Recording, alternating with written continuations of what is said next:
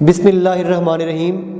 मैं डॉक्टर गुलाम हुसैन और आप लोग केमिस्ट्री एंट्री टेस्ट की तैयारी के लिए part 1 chemistry part 1 chapter number 1 से स्टार्ट करने जा रहे हो। तो सबसे पहले मैं आप लोगों को बता रहा हूँ कि केमिस्ट्री है क्या। तो वेरी फर्स्ट इज़ आप पढ़ते हो अबाउट कंपोजिशन ऑफ मैटर, आप पढ़ते हो about properties of matter, then structure of matter, then changes in matter and laws those govern on these changes। तो आप इसे केमिस्ट्री कहते हो।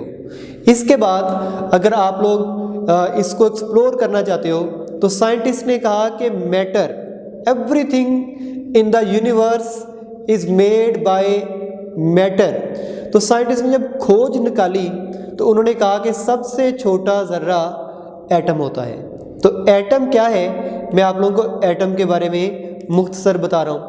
That smallest particle of matter that take part in a chemical reaction और may exist independently और may not exist independently.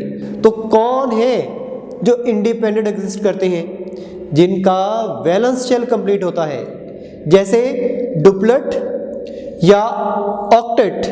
Helium, तमाम noble gases अपने duplet और ऑक्टेट रूल को फॉलो करती हैं। जैसे हीलियम का डुप्लेट रूल कंप्लीट हो रहा है, नियॉन इसका ऑक्टेट रूल कंप्लीट हो रहा है। तो ये तो आज़ादाना तौर पर एग्जिस्ट करेंगे, लेकिन कुछ ऐसे भी हैं जो इंडिपेंडेंट एग्जिस्ट नहीं करते। जैसे हाइड्रोजन के पास सिर्फ एक इलेक्ट्रॉन है, तो ये अपना डुप्लेट फुलफिल नहीं कर रहा। ऐसे ही कार्बन के पास 6 इलेक्ट्रॉन है, पहले शेल में 2 और दूसरे में 4, ऑक्टेट पूरा नहीं हो रहा। नाइट्रोजन का भी पूरा नहीं हो रहा।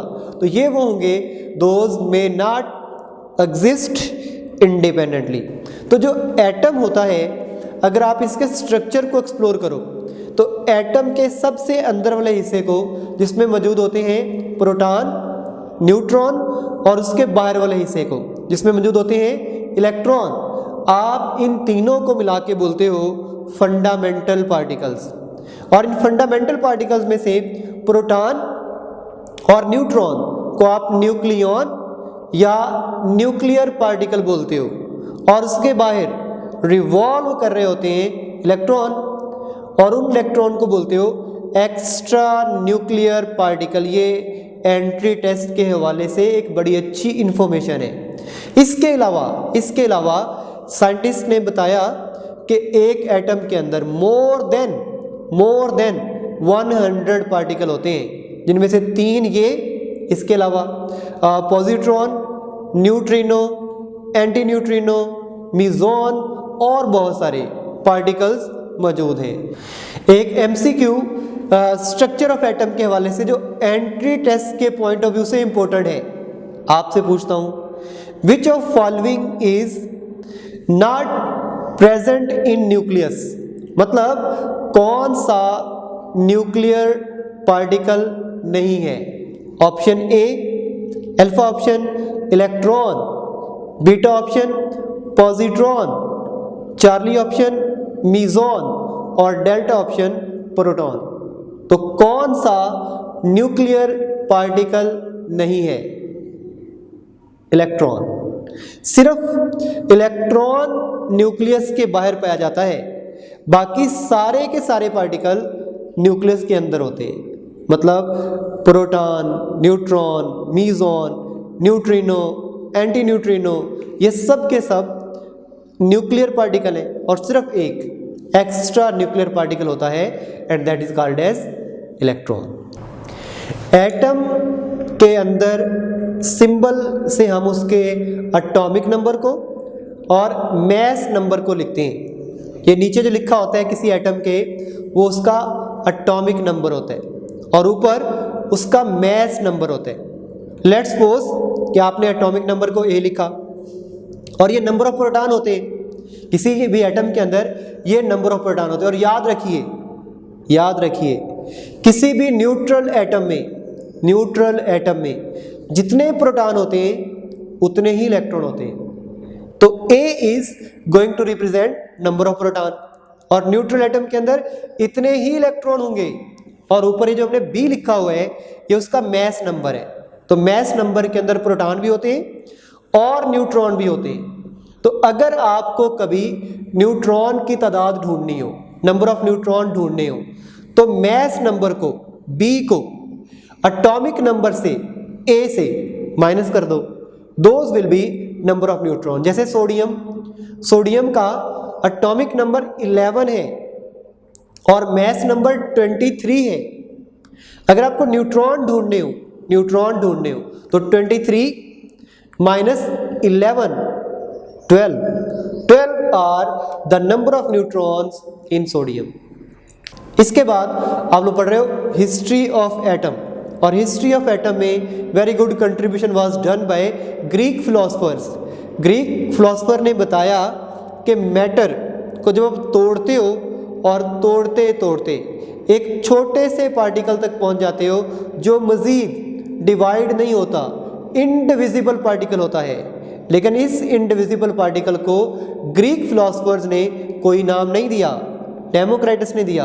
डेमोक्रिटस ने बताया कि इस ग्रीक फिलोसफर्स के मुताबिक इंडिविजिबल पार्टिकल को आप एटम बोलियो, क्योंकि एटम ग्रीक वर्ड एटमस से निकला है जिसका मतलब होता है इंडिविजिबल।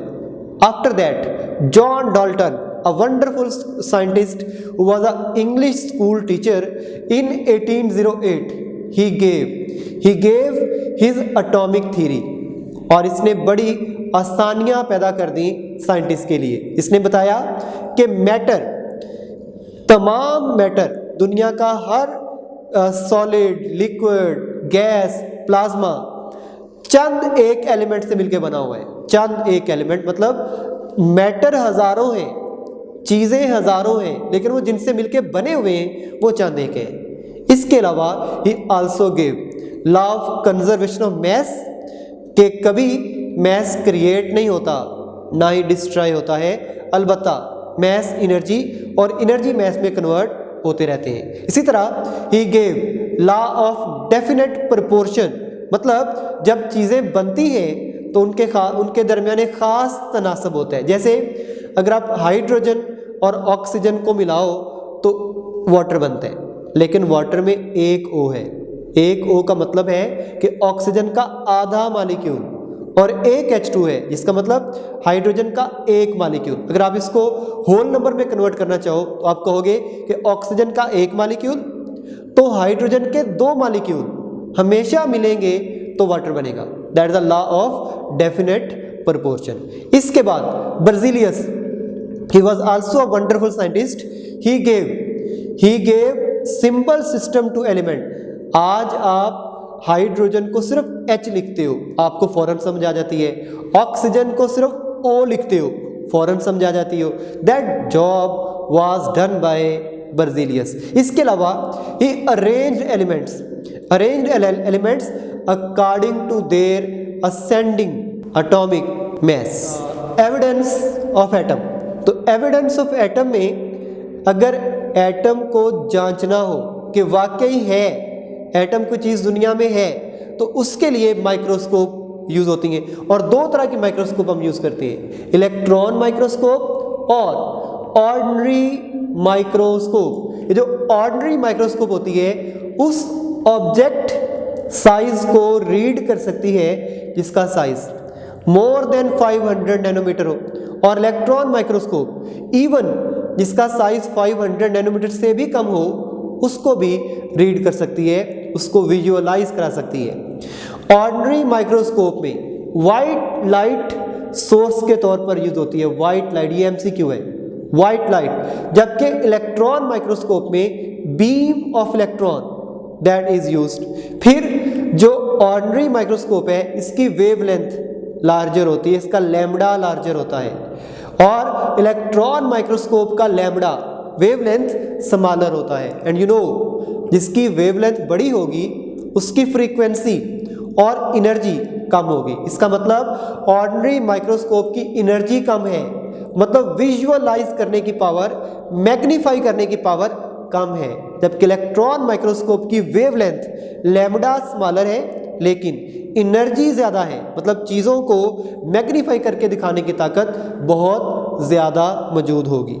इसके बाद आप पढ़ रहे हो about X-ray analysis of an atom. एक एटम का जो डायामीटर होता है ना, डायामीटर इज टोटल साइज, एक कॉर्नर से दूसरे कॉर्नर तक का फासला passing through a nucleus, diameter. और अगर उसको हाफ कर दें, एक एटम के डायामीटर को हाफ कर दें तो that is called as radius. तो एक एटम का जो डायामीटर होता है दैट इज 0.2 नैनोमीटर और रेडियस कितना होगा, दैट विल बी 0.1 नैनोमीटर। और एक एटम का जो मैस होता है दैट इज 10⁻⁻25 टू -27 किलोग्राम। और अगर आप इसको मिलीग्राम में लेना चाहो और ग्राम में लेना चाहो तो आप इसको और डिक्रीज करते हो, मतलब अगर आपने ग्राम में लेना हो तो ये होगा 10⁻⁻22 टू 10⁻⁻24 ग्राम। और अगर मिलीग्राम में लेना हो तो ये होगा 10⁻⁻19 टू 10⁻⁻21 मिलीग्राम। एक बड़ा अच्छा MCQ एंट्री टेस्ट में पहले पूछा हुआ है, मैं आप लोगों को वो रिपीट कराता हूँ। क्वेश्चन था कि the radius of an atom is, option दे रहा हूँ आपको, alpha 0.2 nanometre, beta 2 angstrom, Charlie 10⁻⁻10 metre, delta 100 picometre. तो राइट ऑप्शन इज 100 पिकोमीटर। मैं आपको समझाता हूं कैसे।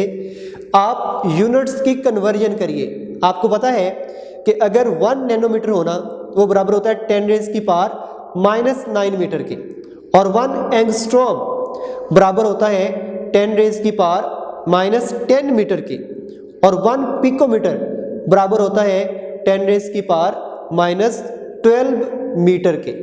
लिहाजा आपको याद हो हमने कहा कि diameter of atom is 0.2 nanometre.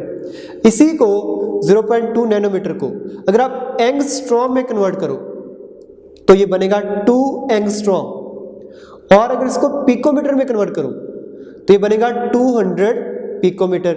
ये है डायमीटर। रेडियस इसका हाफ कर दें, मतलब एक एटम का रेडियस होगा 0.1 नैनोमीटर या 1 एंगस्ट्रॉम या 100 पिकोमीटर या 1 × 10⁻⁻10 मीटर। तो हमारी ऑप्शन है 100 पिकोमीटर।